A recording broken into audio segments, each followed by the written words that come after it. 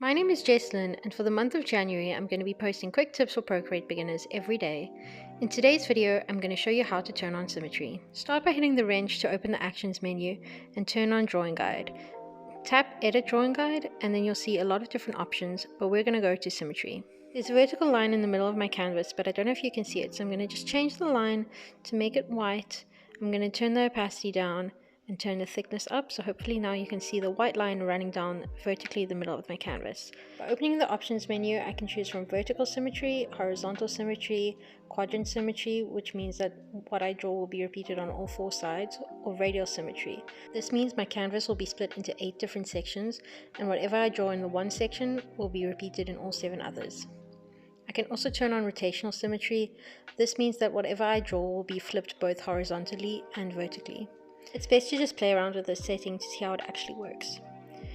If you want to turn off the symmetry and just keep the grid, you can toggle it off by tapping assisted drawing right here. I want symmetry on, so I'm going to turn it on and I'm going to choose vertical because I still want to finish off my butterfly. So I'm going to tap done and I'm going to draw in the antenna for the butterfly.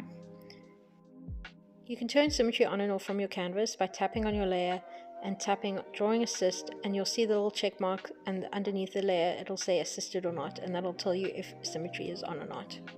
That's it for today, so if you want more Procreate quick tips, brush tutorials, or other digital art videos, make sure to subscribe.